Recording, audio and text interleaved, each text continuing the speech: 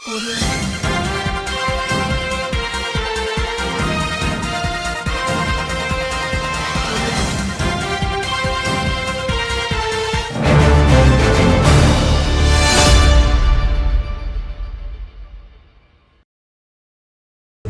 మీద సేవాలాల్ మహారాజ్ మీద ఒట్టేసి చెప్తున్నా, తెలంగాణ రాష్ట్రంలో ఆగస్టు 15వ తారీఖున వరకు అందరికి 2 లక్షల రైతు రుణమాఫీ చేసే బాధ్యత నాదే అని చెప్పి అన్ని పనులు ఇచ్చిపెట్టి బావోజీ జాతరకు వచ్చిందంటే మీ లంబాడీల మీద, మీ బావోజీ మీద ముఖ్యమంత్రికి ఎంత ప్రేమ ఉందో ఆలోచించి. కేసీఆర్ ఒక్క ఇళ్ళని ఇచ్చిండా?